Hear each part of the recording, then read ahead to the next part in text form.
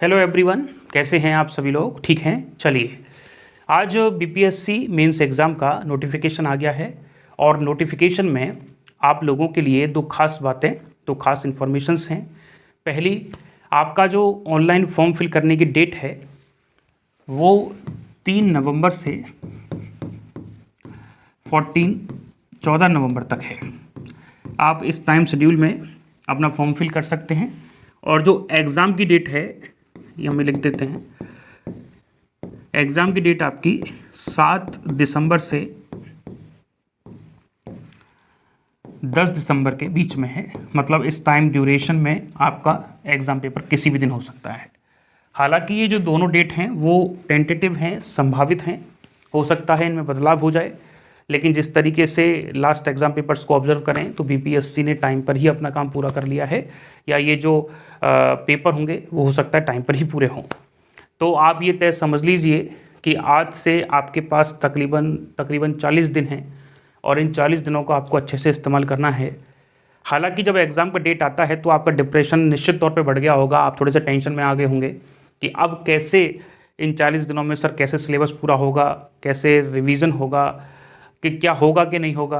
अब सिलेक्शन भी लेने का डिप्रेशन है क्योंकि जिम्मेदारियां भी बहुत हैं और ऐसा नहीं है कि वैकेंसी पर ईयर हर 6 मंथ में आती हैं।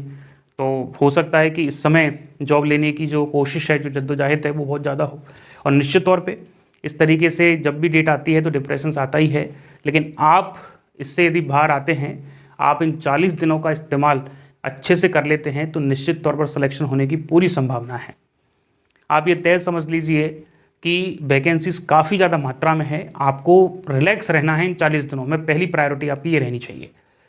हो जाएगा। यदि डिप्रेशन में रहोगे, यदि इधर उधर बातें ही करते रहोगे, यदि इधर उधर डिमांड ही करते रहोगे कि ये नहीं है, वो नहीं है, ये टॉपिक नहीं है, वो टॉपिक नहीं है, तो 40 दिन निकलने में टाइम नहीं लगेगा।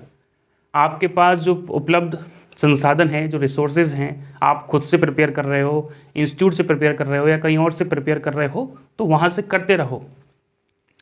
अपने आप को जज करने के लिए टेस्ट दे सकते हो। आपको टेस्ट देने में डर लग रहा है तो हमने अटेम्प्टिंग जो है टेस्ट की वो 2 दे रखी हैं, तो आप एक जो है वैसे ही ओपन कर लीजिए। कोई भी टेस्ट मत दीजिए, उनके सोल्यूशन जो हैं वो देखते रहिए, जिससे एक बार कैसे न्यूमेरिकल्स आते हैं वो आइडिया लग जाएगा। और यदि आप वीडियो लेक्चर्स भी कंप्लीट करते हैं तो भी काफ़ी ठीक रहेगा, क्योंकि पहली प्रायोरिटी तो आपको लेक्चर्स कंप्लीट करने की है।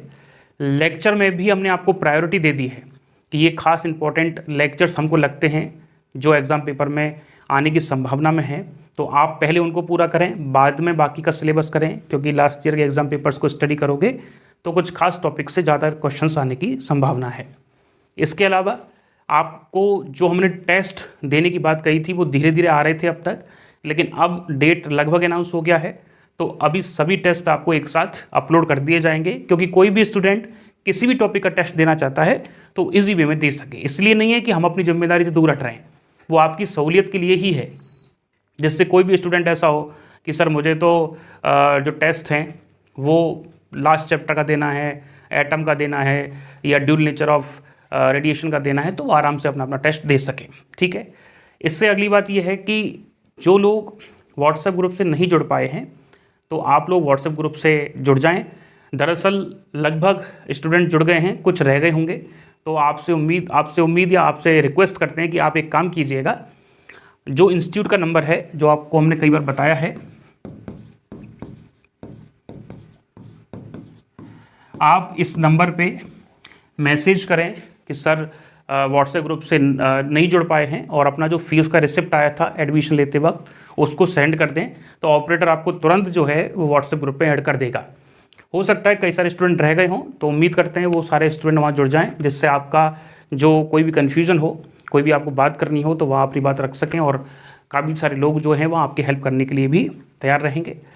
इसके अलावा आपको जो इम्पोर्टेंट टॉपिक बताए हैं, अभी जो लेक्चर्स हैं उन पे स्टार मार्क लगा दिया है, तो आप उनको पहले देखें।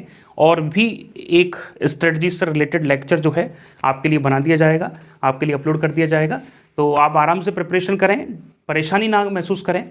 सिंपल वे में तैयारी करोगे तो आराम से हो जाएगा, कोई मुश्किल काम नहीं है। लास्ट ईयर का एग्जाम पेपर देखोगे तो आपको पता चलेगा कि 60% 70% क्वेश्चन तो थ्योरेटिकली आ जाते हैं। तो आपको तो यदि थ्योरेटिकल भी आप पढ़ लोगे तो भी आपका सिलेक्शन तो आराम से हो जाएगा। लास्ट इंपॉर्टेंट बात, डेट आने के बाद हम अक्सर ये बात कहते हैं कि जो फर्स्ट पोर्शन है जिसमें जीएस है, जिसमें मैथमेटिक्स रीजनिंग जैसे सब्जेक्ट्स हैं, आप उनका भी पढ़ाई थोड़ा थोड़ा चालू कर दें। यदि आपको नहीं आते हैं बिल्कुल, तो थोड़ा बहुत आते हैं तो रिवीजन कर लें, क्योंकि उसको बिल्कुल छोड़ के चले जाना भी ठीक नहीं है। उसमें भी आपका काफ़ी अच्छा स्कोर हो सकता है। तो उस टॉपिक पर भी, उस पोर्शन पे भी आप थोड़ा सा ध्यान दें, ठीक है। कोई भी यदि आपकी और बात है, कोई भी यदि आप कोई और जानकारी लेना चाहते हैं, कोई एडमिशन लेना चाहते हैं, तो इस नंबर पे आप कॉल करेंगे, ठीक है। Thank you so much.